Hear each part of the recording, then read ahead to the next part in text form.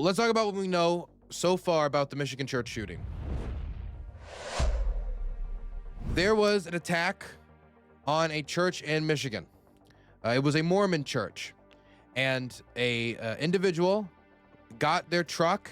They rammed it through the building, and after ramming it through the building, 40-year-old Thomas Sanford of Burton, a former Marine who served in Iraq during Operation Iraqi Freedom, so this is somebody who should know their way around a gun. He's also a hunter, as many social media photographs have since shown, barged into the building and then opened fire. He ended up killing 4 people, wounding 8 others, and then taking his own life. Now, there is evidence pointing towards the fact that the majority of those who died did not actually die from gunfire, but actually died from improvised explosive devices that he brought into the church, which exploded and also killed and wounded others and burnt down the property. This was, again, a Mormon location for the Church of Jesus Christ and the Latter-day Saints in Grad Blanc. And this was during a Sunday service. So this was, now it's Monday, so this was yesterday. I don't want to speculate. We're not going to speculate. People are jumping to conclusions very quick, as usual. I'm just going to say what we know. And if you connect dots in your head, that's your business. But we're not going to connect too many dots in the show outside of what is unavoidable to ask questions about.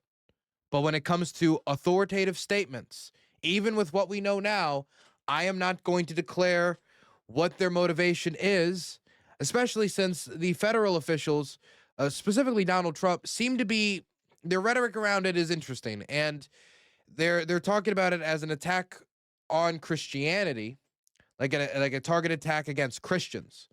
And it is a targeted attack against the sect of Christians. But the individual who did this attack also was a Christian. He also was, from what we know, a devout Christian who got into religious disputes, religious arguments, and attended church. In fact, the church that they attended, there's a story, a back and forth of him engaging with somebody, talking about their beliefs on Christianity. Let me read you. This is from somebody who had a back and forth with him about religion, not too long before the shooting. Johns, a Christian who is a member of the Solid Rock Community Church in Burton, replied yes to Stanford when they asked him about whether or not he believed in, God, Jesus, and Christianity. From there, and I quote, the conversation took a very sharp turn. He was then asked by Sanford about the Mormon Bible. Let's put a picture of Mr. Sanford up on the screen here. He was then asked by Mr. Sanford about the Mormon Bible and the role Jesus plays in the religion, the history of the LDS Church, and more. I just didn't know what the next question was going to be, he added. There's certain things you don't forget. This is not a forgettable guy. It was very much standard anti-LDS, which would mean anti-Mormon, talking points that you would find on YouTube, TikTok, and Facebook, John said of Burton. As he went on to speak of the religion, Sanford told Johns that he had his tattoos removed. Now you can actually, the reason I'm using this photograph is because you can actually see the tattoos on his left arm there. This is from before when he had these tattoos removed, so he could take part in church ceremonies. So this is somebody who had laser surgery to have his tattoos removed as part of his religious rebirth, right? His recoming into the faith.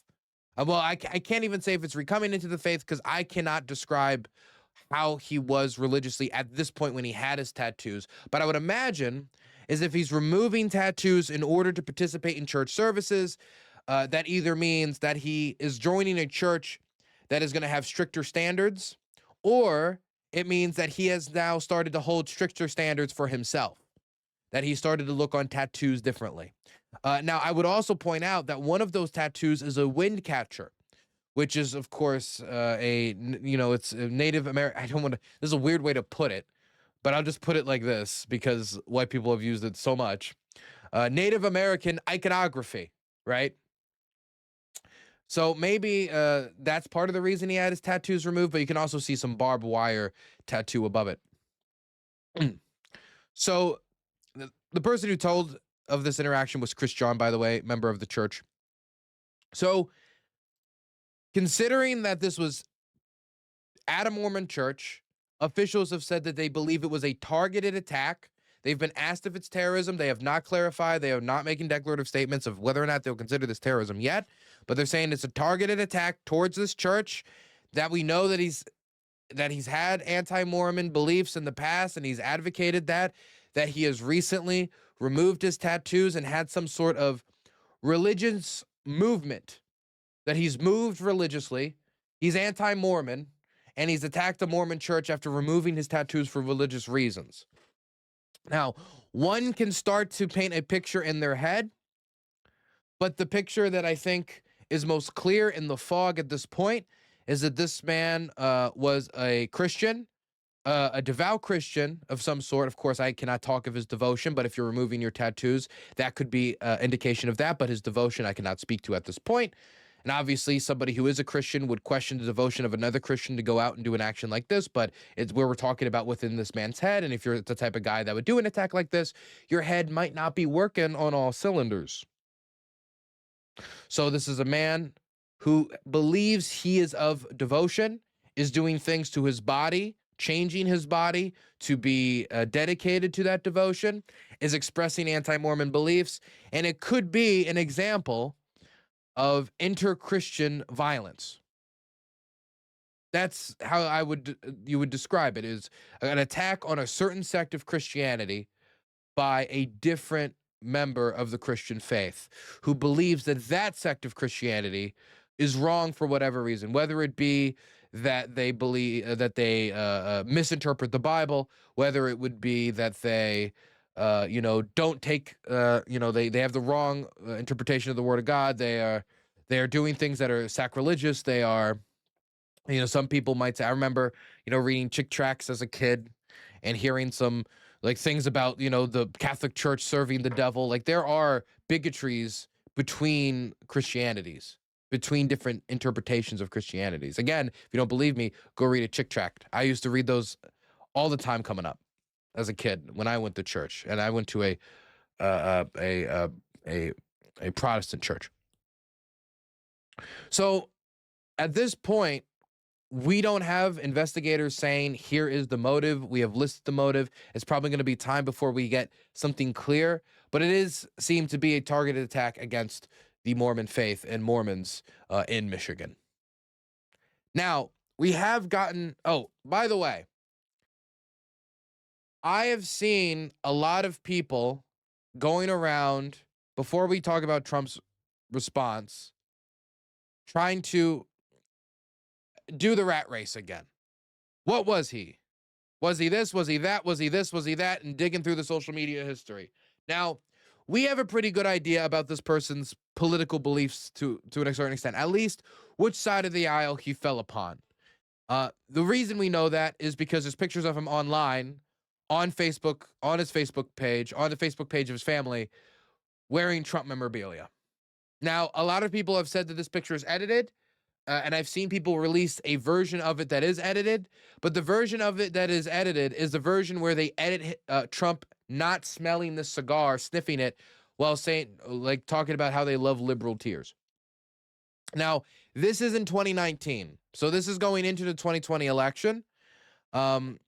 More recent social media activity we have not found that could, maybe show that he has had a change of heart. But I've seen people using this in two ways. Number one, I've seen people trying to deny that it was MAGA by sharing the Photoshop version of this, which is his shirt just completely camo. And I've seen people saying that he did this for Trump, that he did this as a Trumper, that he did this because he believed this was helping Trump in some way, or that this was a Trump attack or Trump related. I have to hold the same standards across shootings. If I don't hold the same standards across shootings, I'm nothing more than a political hack. At this point, we have no proof that this was related to Donald Trump, that this was related to Donald Trump's rhetoric, that this was related to Donald Trump's movement, that this was related to the Republican Party, that this was related to conservatism, that this was related to MAGA, this was related to anything at all related to Donald Trump, outside of the fact that he very clearly was a supporter of Mr. Trump and was a supporter of his movement, had his merch, etc. But there's a difference between acknowledging that now that we don't have it yet and saying it isn't the case, because we don't know. And I've seen people speculating that it is a Trumper by saying, hey, wasn't the guy who went out there and shot Charlie in the neck a Mormon? Or wasn't this person a Mormon? Or maybe it was in response to that. And, you know, you can go out and you can speculate all day. It could be something related to one of those speculations, just as much as it could be that this is somebody who has held prejudices against LDS for a while, or this recent religious reformation that he has had has made him hyper-focus on the Mormons. It could be that he built this up completely in his head, and it could be that the use of the word they by political actors, they did this, they were the ones, and that use of the word they, that kind of, you know, fill your own adventure novel for who controls the elite in society and the Illuminati or whatever, and he decided to make that they Mormons instead of trans people, Jews, you know, the elites, or whoever you want to put into that they category. But at this point, we do not know anything outside of the fact in relation to him being a Trumper is that he was a Trumper. That doesn't mean anything in relation to the shooting as of right now. But that does not stop the rat race from commencing anyway. Let's read Donald Trump's message in response to this. I have been briefed on the horrendous shooting that took place at the Church of Jesus Christ of Latter-day Saints in Grand Blanc, Michigan. The FBI was immediately on the scene and will be leading the federal investigation. Can I just say also the response time to this was very fast. It was within minutes. Like within 8 minutes, officers were on the scene and the suspect was neutralized. And providing full support to state and local officials. The suspect is dead, but there is still a lot to learn. This appears to be yet another targeted attack on Christians in the United States of America. The Trump administration will keep the public posted, as we always do. In the meantime, pray for the victims and their families. This epidemic of violence in our country must end immediately. A curd is a curd. If only conservative media would hold your standards in reporting these types of events. All media should hold this standard when reporting these types of events. And if you're not, then you're not really engaging in the news. You're engaging in shooter fan fiction, aren't you? Anyway, this is, you know, general information. You know, send my sympathies and regards. Full support to state and local officials. FBI is on the scene. We pray for the victims and their families. Epidemic of violence in this country must end. This appears to be yet another targeted attack on Christians in the United States of America. I want to talk about this sentence right here, just because there seems to be a difference when you talk about different types of religions engaging in attacks. This is an attack on Christians in the United States of America, even though the evidence does seem at this point to be generally in the direction that the person was also a Christian. And we have no reason to believe that he was not a Christian.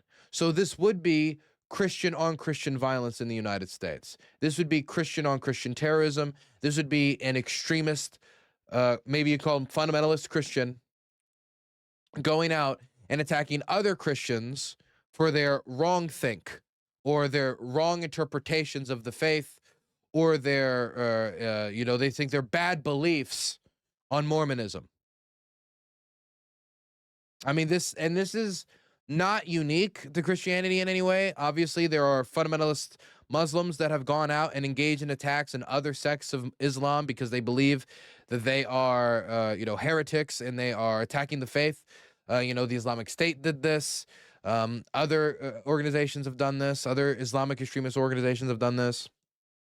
There are also been extremists. People talk about Buddhists as if they were like some saints, but I mean, go check what they did in Myanmar. Point is, this isn't particularly new, like the idea of religion and violence, but the way it is being talked about here is interesting, because I wonder if this was an example of a Muslim, an extremist Muslim, attacking a separate sect of Islam. Let's say they were attacking, for example, Druze, or if they were attacking some sort of other sect. Would this be framed in the same way? I don't know. I don't know if the media would be engaging in that rhetoric in that way. And I don't even know if it would be 100% conscious. I think for some people it would be a conscious shift in rhetoric. But for others, I think that's just the way that this has been talked about. Fundamentalist Islam is the threat. Fundamentalist, when fundamentalist Islam is a threat, it's usually a threat to other Muslims. Because where the majority of fundamentalist Muslims are is the Muslim world. And so that would probably also be the case if you talk about a fundamentalist Christian. So just interesting, the difference in rhetoric when it comes to specifically Christianity versus other religions and this type of political violence. And right now, again, all we know is a targeted attack. So this isn't untrue. It's just interesting that the way that it's being discussed. I will say that the way that this is being framed by Representative Dan Muser is 100% untrue, 100% terrible framing, and we're better than Newsmax. Obviously, the tragedy in Michigan yesterday at the Mormon church. This is not the first. We've seen a lot of churches attacked here recently. I know Democrats will go for guns, but is this time we got to talk about mental health? Without a doubt, without a doubt. But as we were just talking about, if people are comparing Republicans and the president to Hitler, to fascists, okay, there are those that are mentally unstable out there that believe some of them. 2 days ago, Kamala Harris said, we got to fight fire with fire. We have a district attorney in Philadelphia who calls all Republicans, anyone who doesn't agree with him, fascist. The guy's nuts. He was paid for by Soros, and he needs to be taken out. But some people take it out as in election. Oh, that's so. Oh. Oh my God. I'm sorry. That's just. Oh, dude. Wait a second. Wait.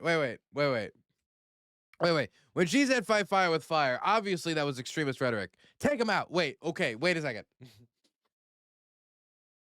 What is all this? Where is this coming from? We don't know the motivation out of the shooter outside of the fact that it was a targeted attack, likely a targeted attack against Mormons. Whether or not they're motivated by, which would be strange considering the social media history and their open Trump support in the past, and we have no public show that they've changed that, their position has switched back or anything. There's no evidence of that. So they immediately use this moment to talk about this, where these 4 people have died, 5 even include the shooter, 8 others are wounded, a church has been burnt to the ground, a community scarred by violence, and your first thought is, well, you know, they called Trump a fascist. What does it have to do with Trump being called a fascist? We have no idea this is related to that at all. In fact, the dude in question is a Trumper, from what we know. That doesn't mean that's what's related to the shooting. He could have done a shooting unrelated to that. But he is a Trumper. So why bring this up? Why use these 4 bodies like a political cudgel in this way, in this instance, where we have no clue outside of what we can see with the Mormonism, the exact motivations that made him think that this was his only option. And then just that immediate stumble is just while using it like a cudgel. Just shows how disingenuous it is. The rat race. This is one of the fastest rats in the rat race. And he needs to be taken out. But some people take it out as in election. Right. But some people believe these rants by leaders. And you know what, Mark? They're not calling them out when the things happen. They're truly not coming out and saying, we denounce this. They're not denouncing it. Nancy Pelosi and Chuck Schumer, they're not denouncing a random attack on the Mormons. Why? What? Denounce the hate speak. We denounce certainly the violence. Yep. All right. Congressman Dan. Yes. I mean, I was Nancy Pelosi who said, I sent the truck. I sent it myself. By the way, we do have an eyewitness testimony. Also, I like how the interviewer here deals with the suspect. It was very compassionate, so I wanted to show this interview. This was before we had reports of the dead and injured on the bottom here are outdated. It is 8 wounded. And by the way, if you get shot, it's wounded, not injured. I don't like injured in that context. People get wounded, right? And 5 dead, including the shooter. In that vehicle, you were in that car when the shooting happened. You were inside the church. I was inside the church. You were inside the church. So walk me through what happened. Okay, we went to church. We sat down. We had just gotten done with our sacrament, the sacrament for our meeting. One of our counselors was up speaking, and we heard a big bang, and the doors blew. And then everybody rushed out. And we went through the church and out through the parking lot. They were trying to get us down to the lake. But the lady that I was trying to help out, she couldn't make it that far, so we got us back up in the parking lot and got us into the Taylor's car. When we got in the cars and we flipped around, and that's when the shooter started shooting at the car. And Brother Taylor is fine. It hit his hand, and then we got over there and we came here, and these nice people let us in, and we've been here since. I'm so sorry for you to experience something like that. Words will never be enough to tell you how scary of a situation this was. 10:30, this unfolded. Yeah. When you heard the loud bang, when you heard the gunshots, what was going through your mind at that point in time? Surreal. I didn't know what was going on. I didn't know what was going on, and I didn't know if we were going to have to get down because we couldn't see anybody. You know, we couldn't see. So I'm not sure if he came in the building or not because he was outside, you know, obviously when we. So, but it was just scary. I mean, I came to worship my Savior Jesus Christ, and I didn't expect this to happen. Of course, you know, it has. You know, it's, and I've lost friends in there. I'm so sorry to hear that. And some of my little primary children that I teach on Sundays were hurt. I'm so sorry to hear that. So it's very devastating for me. I'm glad that I just don't understand how you read Jesus' teachings and then interpret that as I need to go shoot little Mormon children as you get deeper into the faith. All right, and Brother Taylor and the people that are okay got it out okay, but I mourn for the people who lost loved ones and whose loved ones are hurt. We all pray for the families and the victims impacted in this. Can you tell me, was there security at the church? I'm not sure what the question is. You mean, do you have security at the church? No. So there's no security at the church. No. Are you hearing about, was the suspect a parishioner or someone completely unknown? I don't know who he was. I don't know if he was a parishioner. None of us know. Okay. We always know, and we just know that he's deceased, but we don't know. Paula, you know, obviously... I hope it wasn't a parishioner, but... Looking at this situation right now, we're looking at, you know, multiple law enforcement agencies over here, multiple fire departments, first responders. What are you seeing right now? Devastation. Oh. Charity, I'm on TV. I got to go. I'll call you right back. So that was a family it's totally understand. I can understand family is really concerned right now. But oh, yeah, I'm the mother. So once again, you were telling me you see devastation right now. Yeah, I mean, our church is gone. I joined the church 38 years ago in that building, and now it's gone. 38 years in that church, and it's gone. I was told that there were about 150 parishioners in there at the time. Oh, easy. Men, women, and children, yes. Yes.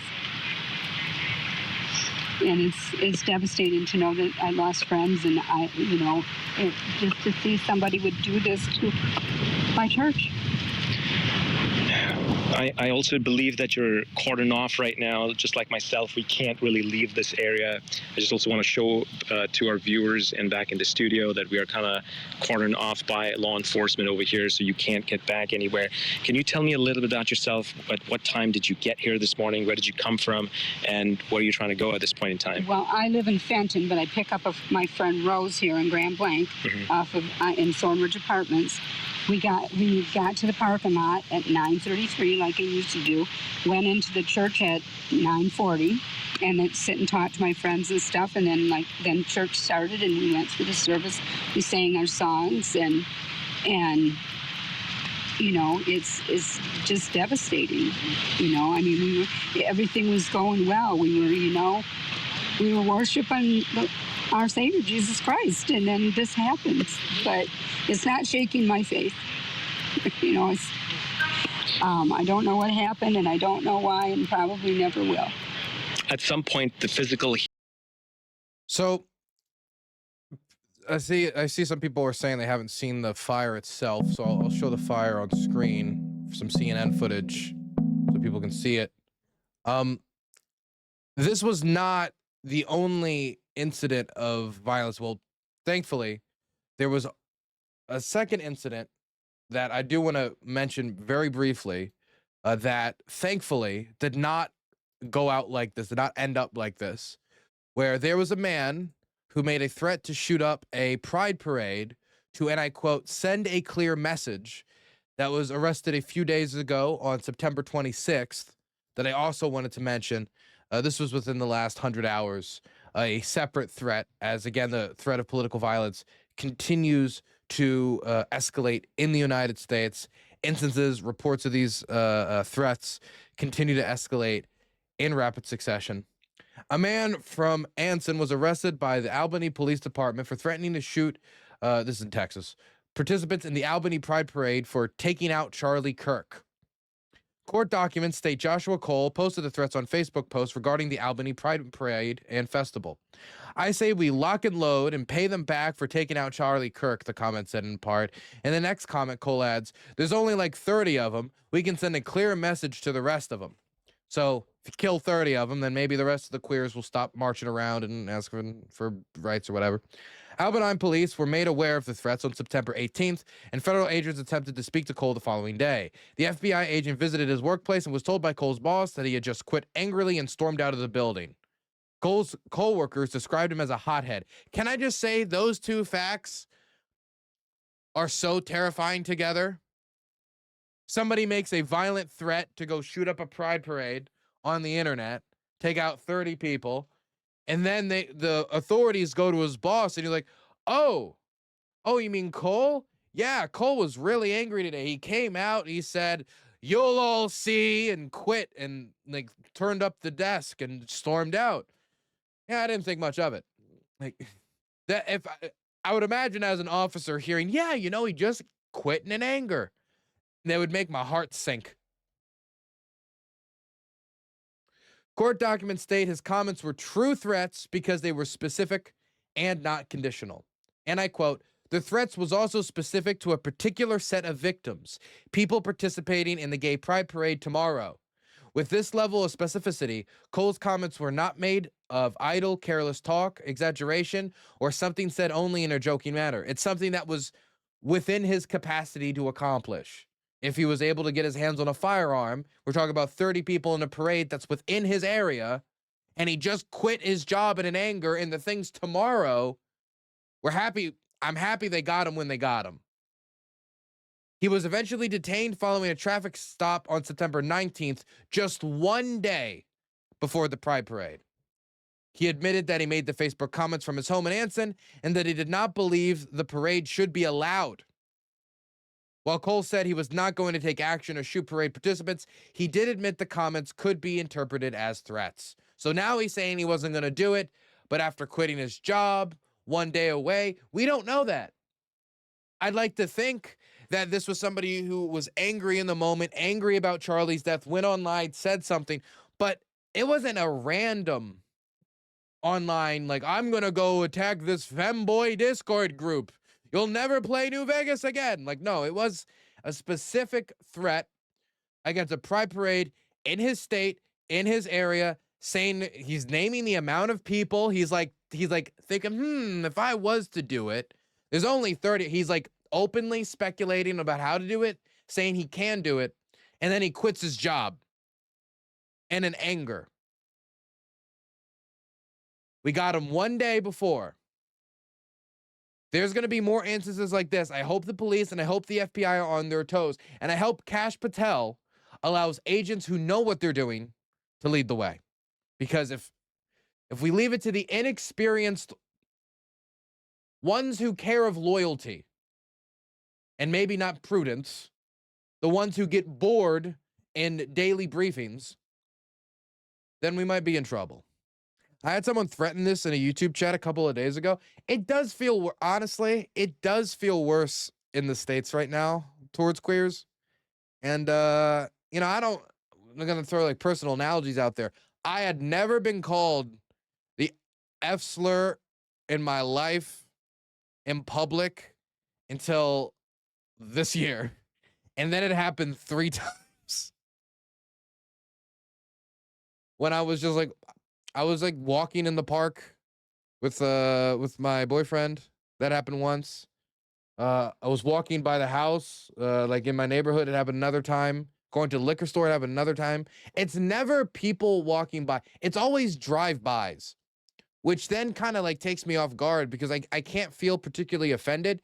Because if somebody's like going like, where? Like I'm more just kind of like dazed and confused as to kind of like, where did that come from? And then, oh, it was a car. And then I was like, okay, well, if you're not willing to step out of the car, you obviously don't care about it that much. But there is a certain amount of emboldenedness. Of course, I don't want to apply my situation to everyone. You know, a name is just a name at the end of the day. But you do feel a shift.